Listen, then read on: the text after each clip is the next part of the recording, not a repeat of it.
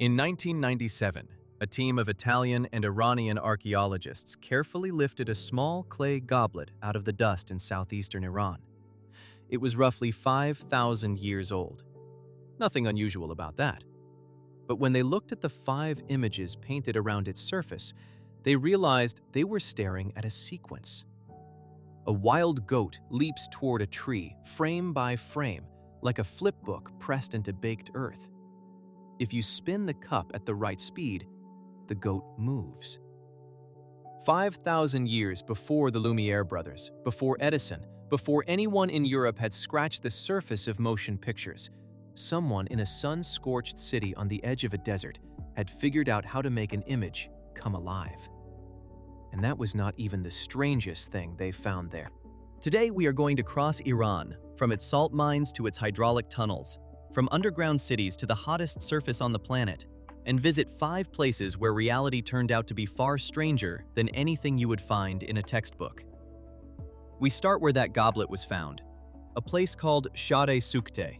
In English, it translates to the burnt city, and the name is not a metaphor.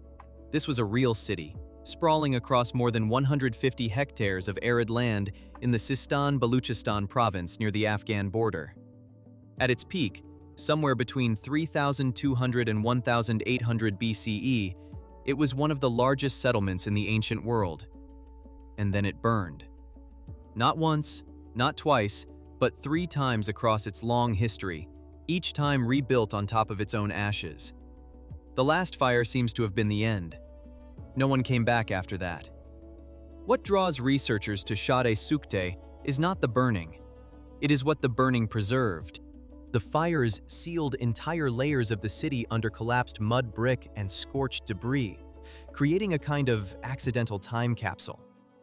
When systematic excavations began in the 1960s under the Italian Archaeological mission and continued with Iranian teams in later decades, the discoveries that came out of the ground kept rewriting what anyone assumed was possible in a Bronze Age settlement this far east of Mesopotamia. The goblet with the animation sequence is probably the most famous find. 5 sequential images of a Persian ibex leaping toward a bush to eat its leaves. The images are spaced evenly around the cup so that if it were spun, the motion would appear continuous. Researchers at the University of Tehran and the Italian Institute for the Middle and Far East both studied the goblet extensively. And while there is debate about whether it was deliberately designed as an animation device or simply a decorative motif that happens to work as one, the sequencing is hard to dismiss as coincidence. The frames are too evenly spaced. The progression is too smooth. But that was only the start. In 2006, a team led by Iranian archaeologist Mansour Sajjadi reported the discovery of an artificial eyeball in one of the city's graves. It belonged to a woman between 25 and 30 years old at the time of death. The eye was made from a mixture of natural tar and animal fat, with a thin layer of gold engraved with a sunburst pattern over the iris. It was about 2.5 centimeters in diameter. Microscopic examination revealed that the surrounding eye socket tissue showed signs of long-term contact with the prosthetic, meaning this woman had worn it for years while she was alive, not just in burial. The eyelid had developed a faint abscess from the friction. She had lived with this thing, and it had been custom fitted. That date, roughly 2900 to 2800 BCE, makes it one of the oldest known artificial eyes in the world. And it was not crudely made. It was precise, polished, designed to be seen, and designed to stay in place. Creating something like that requires an understanding of ocular anatomy, biocompatible materials, and fine craftsmanship that nobody expected from this region in that era. And then there is the skull. Excavations at Share-e-Sukte uncovered evidence of brain surgery. A skull, dated to around 2800 BCE, showed clear signs of trepanation, a deliberate surgical opening in the cranium. The edges of the hole had partially healed, which means the patient survived the procedure and lived for some time afterward. This was not a wound from battle. The cut marks are too clean, too symmetrical, too deliberate. Someone performed surgery on a living person's skull, and that person walked away. The city also yielded one of the world's oldest known board games, a set resembling a precursor to backgammon, along with the earliest known ruler, a measuring stick with precise, evenly spaced markings, and evidence of sophisticated textile production and long-distance trade networks stretching from the Indus Valley to Mesopotamia. What makes Shari Sukte uncomfortable for the neat timeline of civilization is not any single object. It is the accumulation.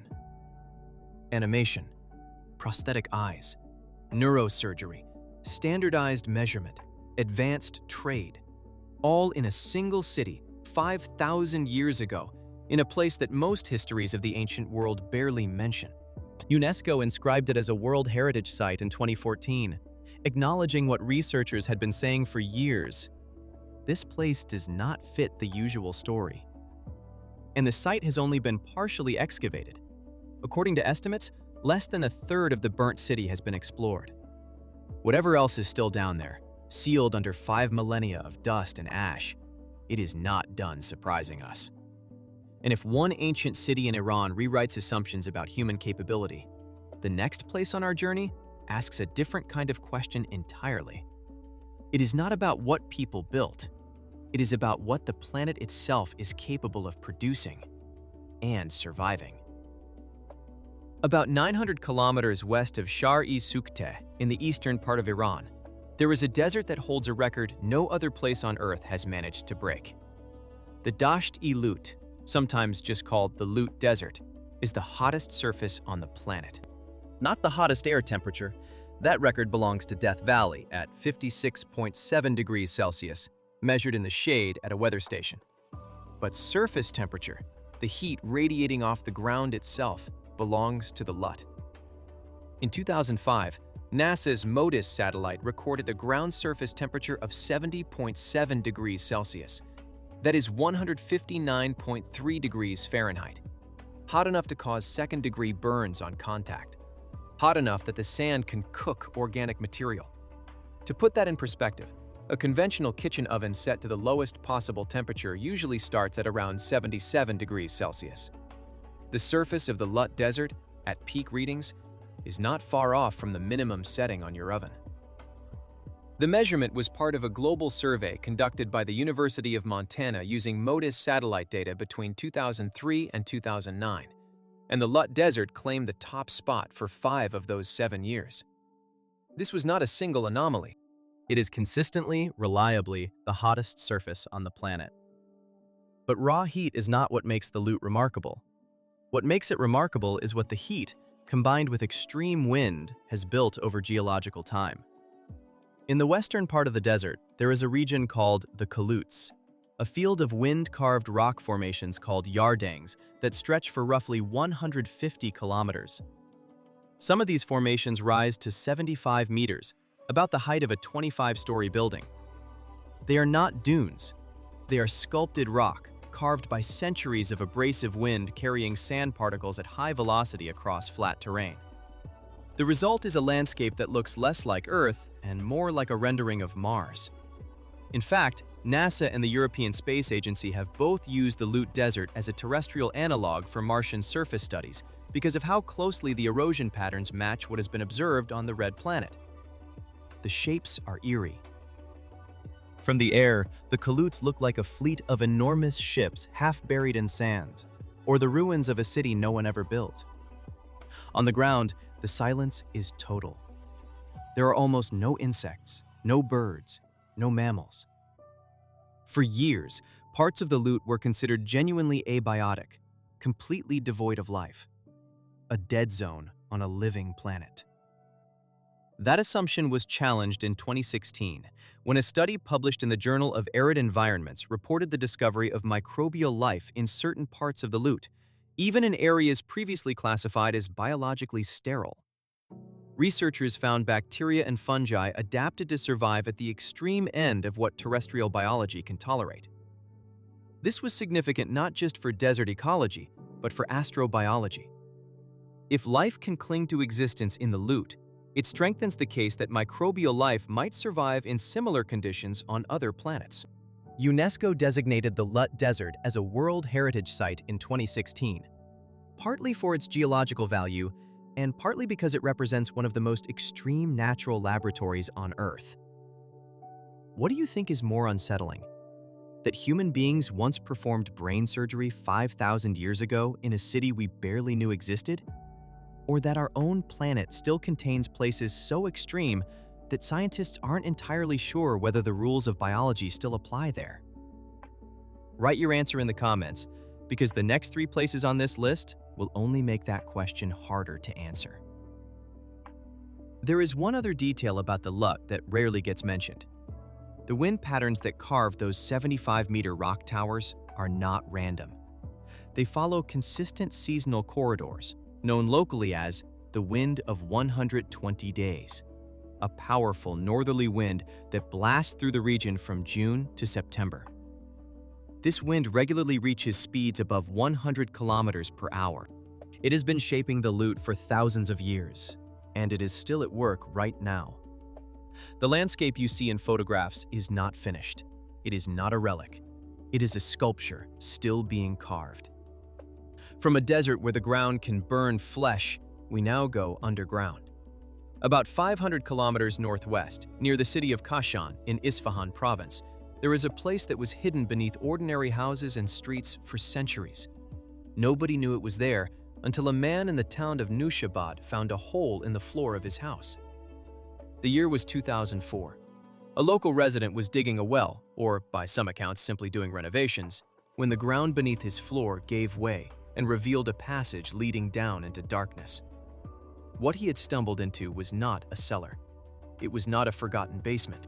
It was an entire underground city, carved into the natural rock beneath the town, stretching in every direction, with corridors, chambers, ventilation shafts, water channels, and multiple levels reaching depths of up to 18 meters, roughly the height of a 6-story building, but going down instead of up. The underground city of Nushabad, also known by its older name Uyi, turned out to be enormous.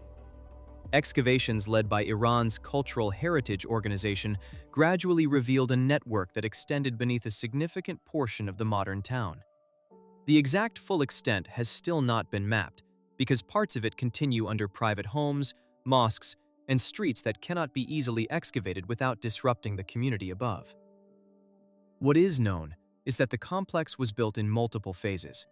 The earliest construction is generally attributed to the Sassanid period, roughly the 3rd to 7th century CE, although some researchers believe parts of the structure may be older, possibly dating back to the Parthian era. Precise dating has been difficult because the tunnels were carved directly into bedrock, leaving limited organic material for radiocarbon analysis. Most of the chronology is based on architectural style, pottery fragments found in the chambers, and comparisons with other known underground structures in the region. The engineering is not primitive. The ventilation system alone reveals a sophisticated understanding of airflow dynamics. Vertical shafts connect the lower levels to the surface, creating a passive convection system that draws fresh air downward and allows stale air to rise and escape. The tunnels maintain a remarkably stable temperature year-round, staying cool in Iran's scorching summers and relatively warm during cold winter nights. Some of the corridors are wide enough for 2 people to walk side by side. Others narrow deliberately, creating choke points that would make the space easy to defend. Water channels, carved into the rock at specific gradients, brought fresh water from underground sources into the living spaces. There are alcoves that appear to have been used for storage. There are rooms that were likely communal gathering spaces. And there are deliberate dead-end corridors, false paths designed to confuse anyone who entered without knowing the layout. This was not just a shelter. It was a designed environment, built to sustain a population underground for extended periods and to resist anyone who tried to follow them in. The question that hangs over Nushabad is not simply how it was built, but why. The standard explanation is that it served as a refuge during invasions. Iran's central plateau has been crossed by armies for millennia. Arab, Mongol, Turkic, and others, and the ability to vanish underground, taking your family and your food stores with you, would have been a powerful survival strategy. That explanation makes sense, and most researchers accept some version of it. But the scale is the part that does not quite add up. This was not a small hiding space for a few dozen families. The portions that have been explored so far suggest a capacity for hundreds, possibly thousands of people. Building something this large, this deep, and this well-engineered requires not just labor, but planning, coordination, and time. Lots of time. This is not the work of a community in a panic. This is the work of a community that expected the worst and prepared for it across generations. If this is the kind of mystery that pulls you in, a city buried beneath a city, hiding in plain sight for more than 1,000 years, subscribe to the channel, because the deeper we go into places like this, the more it becomes clear that the past was far more layered, far more complex, and far more resourceful than any simple timeline can capture. And if a city under a city sounds extraordinary, the next discovery is stranger still. Because the people we are about to meet did not choose to go underground. The earth swallowed them, and then it kept them. In the Zanjan province of northwestern Iran, about 340 kilometers northwest of Tehran, there is an ancient salt mine near a village called Hamzelu, at a site known as Cherabad. Salt mining in this area goes back centuries.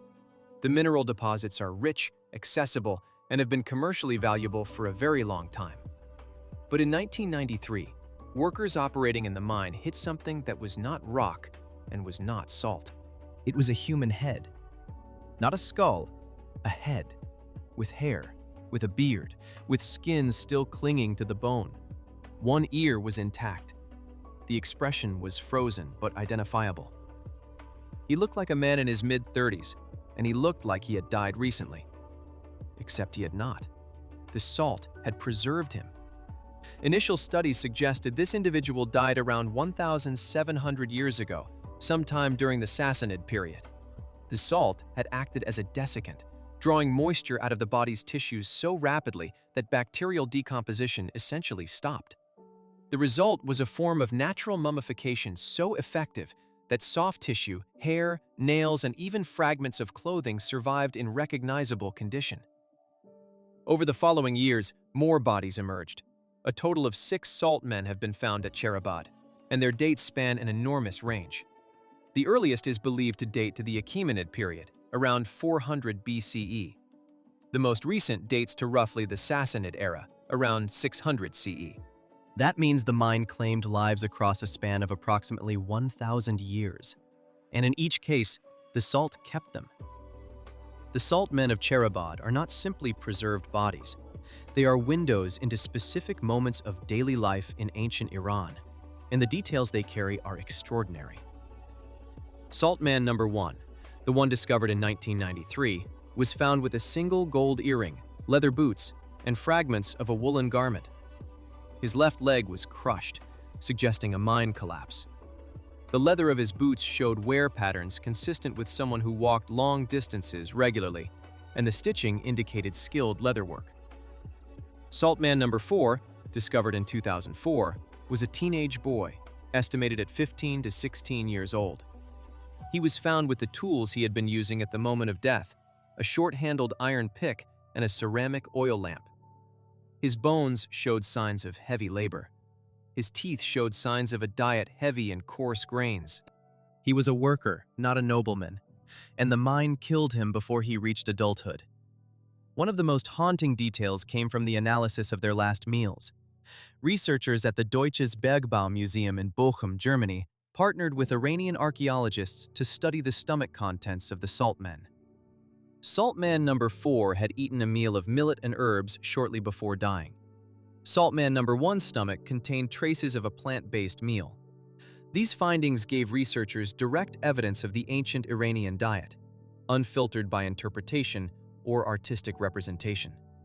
The German-Iranian research team, including scholars like Thomas Stollner and a number of Iranian collaborators, published detailed studies in the early 2000s and 2010s, examining not only the biological remains, but the mining techniques visible in the tunnels. The Cherabad mine used methods consistent with Achaemenid and Sassanid-era practices, and the scale of the operation suggested this was not a small local mine, but a significant economic site, possibly supplying salt to regional trade networks.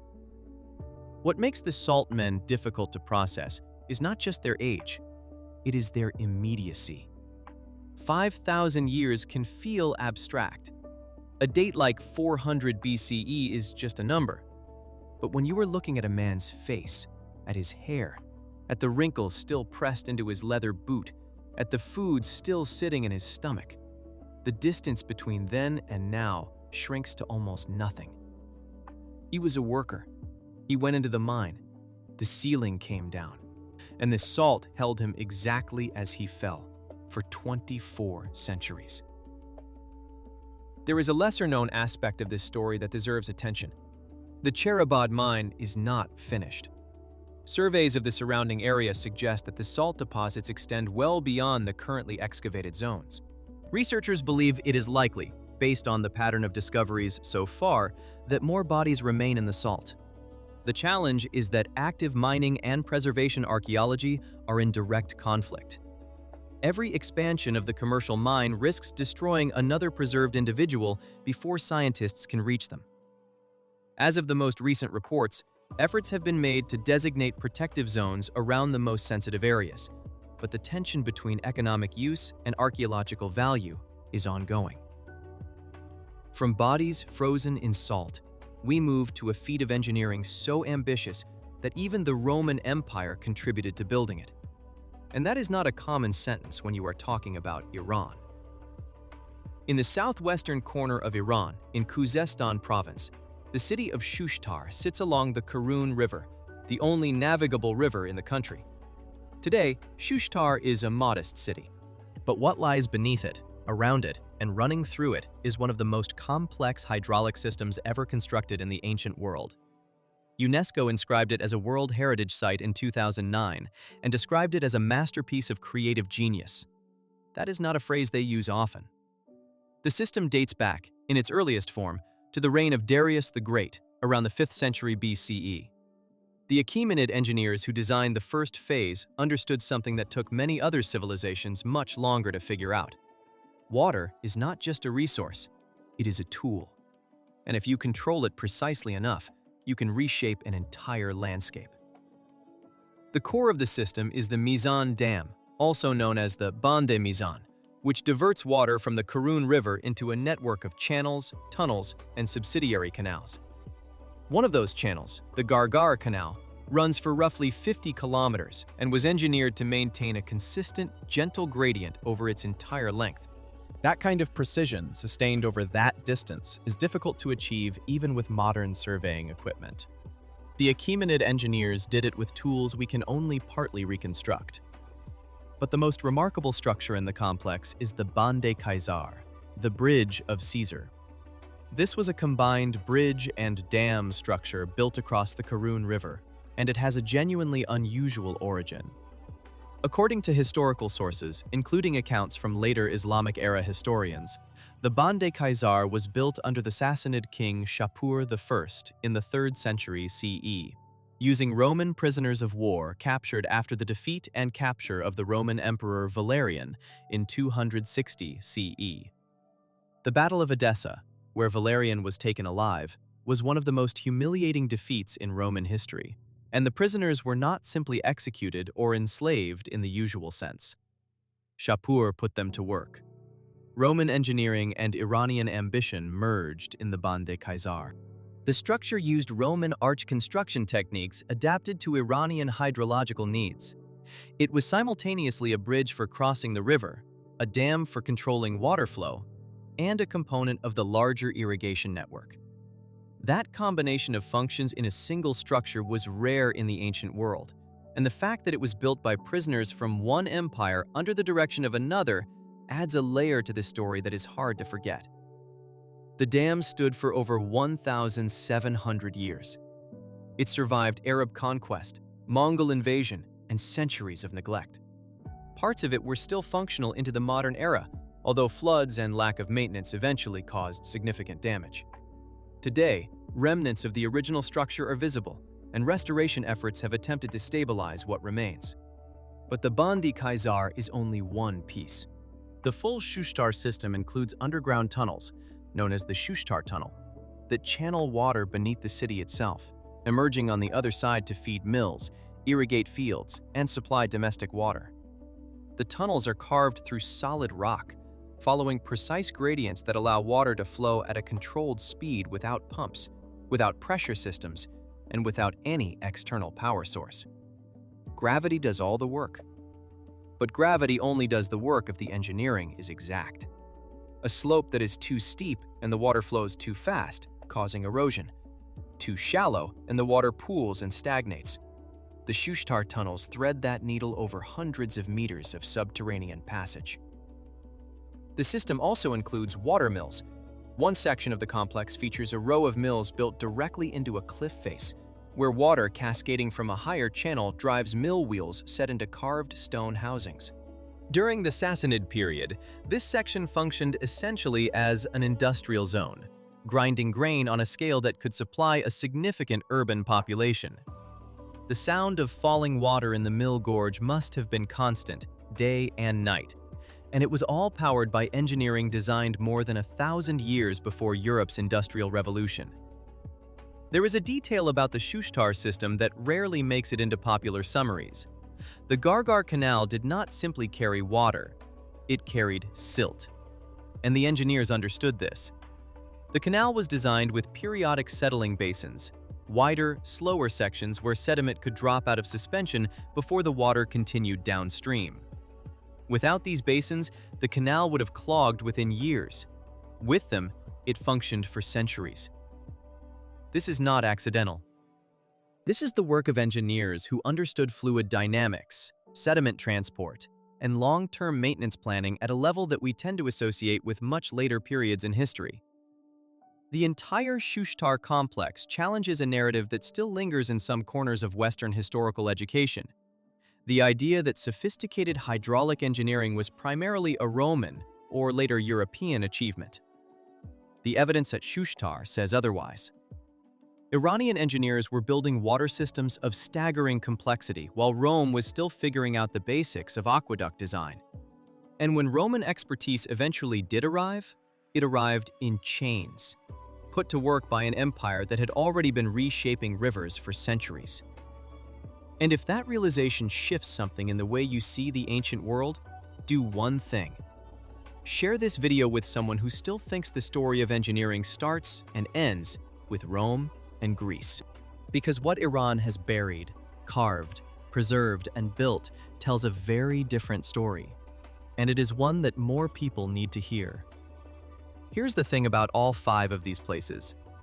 They do not fit neatly into a single theme, and that is exactly the point. The Burnt City gives us an ancient settlement with animation, prosthetic surgery, and brain operations in an era when most of the world was still figuring out agriculture. The Lut Desert shows us that the planet itself contains extremes so severe that scientists are still debating whether the rules of life apply there. Nushabad reveals that entire communities built second cities underground, engineering light, air, water, and defense into solid rock, and then hid so well that the modern world forgot they existed. The Salt Men of Cherabad remind us that the past is not abstract. It has faces, it has boots, it has the last meal still in its stomach. And Shushtar proves that water, stone, and human intelligence, combined with enough time and ambition, can produce systems so elegant that they outlasted every army that ever marched past them. These are not myths. These are not legends from a forgotten manuscript. They are real places, documented, studied, measured, and in several cases still not fully explored. They sit inside a single country, Iran, a place that appears in Western education mostly as a footnote when it deserves an entire chapter. The past is not a straight line. It never was, and the further you dig into places like these, the more obvious it becomes that the story we were told left out some of the most extraordinary parts.